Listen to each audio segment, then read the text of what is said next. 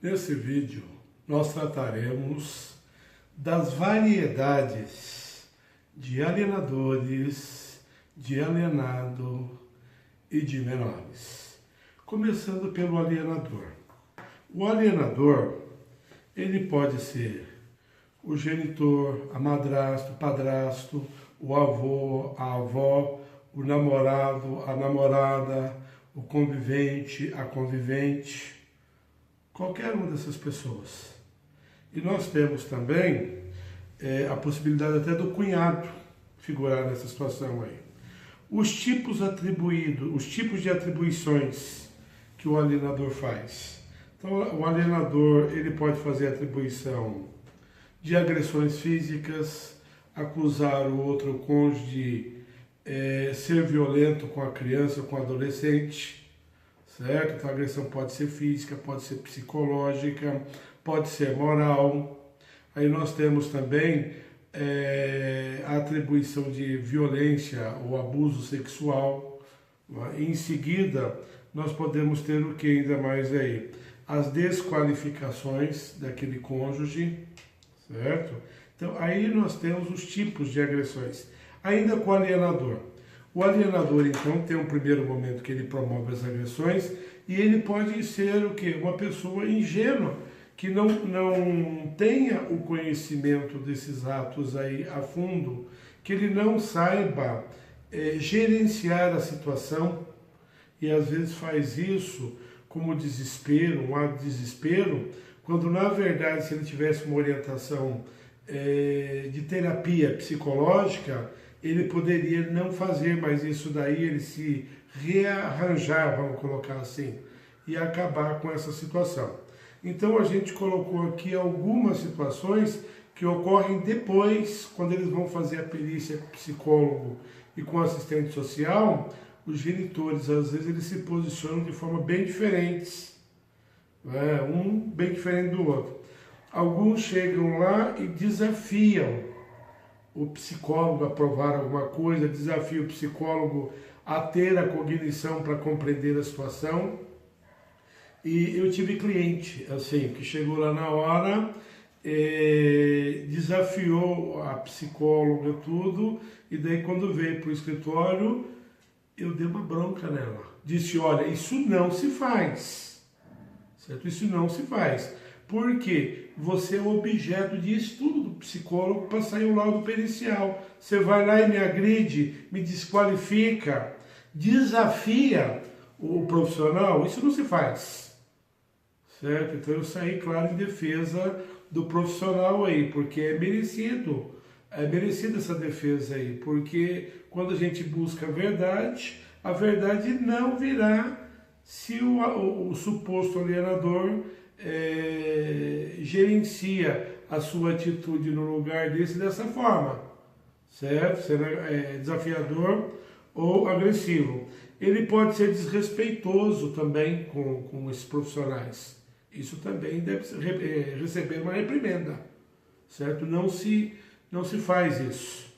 Ele pode ser obediente, pode ser gentil. Da mesma forma, que talvez menos ocorrente, mas alguns se comportam de forma transtornada, alguns são agressivos, outros são sábios, chegam lá, parece que vão saber mais do que o psicólogo. Deve ter estudado alguma coisinha antes de ir, e aí não se dá conta que ele é um objeto de estudo, certo? E aqueles que não querem contar com o serviço ou com a interferência do psicólogo, um certo orgulho, chamamos de alienador orgulhoso, certo? E assim é uma variedade de alienadores. É preciso identificar esses tipos, porque até o profissional da psicologia, quando ele consegue identificar, ele identificando o tipo de comportamento do alienador, ele consegue, que a gente fala numa linguagem normal, uma linguagem comum, desarmar ele, fazer o quê? Deixar ele à vontade para a terapia, deixar ele à vontade para a perícia. Então isso é muito importante no momento da perícia. Ele identificar e já ter um antídoto, um argumento para retirar aquele posicionamento, aquela postura do alienador. Porque a postura do alienador pode ser prejudicial a ele mesmo. E às vezes ele não é o alienador, mas com a postura dele, o psicólogo acaba concluindo erroneamente. Certo? Então é muito bom falar em erros nesse momento aqui. O alienado, ele também pode ser o quê? Na situação, ele pode ser agressivo, certo? Com o filho e com o alienador. Se o filho vem perguntar para ele, ele pode ser muito agressivo. E ele pode ser também respeitoso.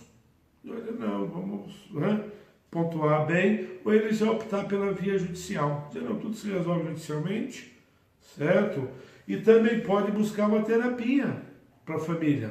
Porque há muitos que vão e conversam, buscam uma interação entre ele, o outro genitor ou genitora e a criança, porque eles continuam formando um centro de convivência para a criança. A separação dos pais, na cabeça da criança, existe o convívio, certo? Ele vai conviver com os dois. Isso não se pode tirar da criança e nem do adolescente. Essa forma de calibração deles ou de implantação de estabilidade emocional, estabilidade, aquele quantum que cada um dos pais contribui para a formação do caráter do filho. Isso é importante por demais. Então, o alienado aqui, ele pode ter esses comportamentos ou ele pode ter um posicionamento. Se ele tiver um posicionamento, ele tenta convencer o filho de que aquilo não aconteceu e desfazer. Ou deixa o filho julgar. Digo, olha, julgue você então. Se você acha que aconteceu, julgue você. Né? Ele pode buscar ajuda psicológica, ajuda judicial, ou se manter inerte, outra posição, não faz nada, fica inerte. Certo? Às vezes deixa para o julgo do filho, para o julgo do alienador, e ele mesmo não faz nada. Certo? Então pode acontecer isso daí. O menor pode ser bebê, criança e adolescente. O bebê pode sofrer alienação parental, se quando começa a falar, as primeiras palavras são para agredir o outro genitor. Certo? Então, aí claro que é bem preliminar, mas poderia crescer bebê, criança e adolescente. Aí tem pré-adolescência, adolescência, que são momentos mais delicados aí da vida da pessoa. Informação. E o menor? Então, nós estamos falando do menor, né? O menor aí, então, pode ser bebê, criança, adolescente, pré-adolescente, adolescente. O grau intelectual dessa pessoa, do menor. Qual que é o grau intelectual? Bebê, criança, dependendo da idade da criança. Aí, quando ele vai para a adolescência, ele fica com um grau intelectual. Às vezes ele assimila tão bem a alienação que ele começa a desviar o alienado de forma gradativa, que o alienado nem sinta que esteja acontecendo um afastamento seu, né? Talvez ele nem sinta isso daí e está assim acontecendo, pelo grau intelectual do menor. Porque o grau intelectual, na maioria das vezes, na pré-adolescência e adolescência, começa essa maturação da pessoa e às vezes ela atinge graus muito elevados com pouca idade, até apresentando soluções para determinados casos. Então isso é por demais interessante, essa classificação intelectual. Nesse contexto aí, a gente tem então o alienador, o alienado e o menor. Cada um com a possibilidade de comportamento, de posicionamento. E a gente não quer, claro, esgotar aqui todas as possibilidades. A gente quer só registrar algumas ocorrências para que todos se deem contas, que se deem conta aí, de que existe essa variação e o profissional, principalmente o psicólogo, o assistente social e o próprio juiz, o advogado, o promotor ou a promotora de justiça, eles precisam de estar como? Eles precisam de estar atentos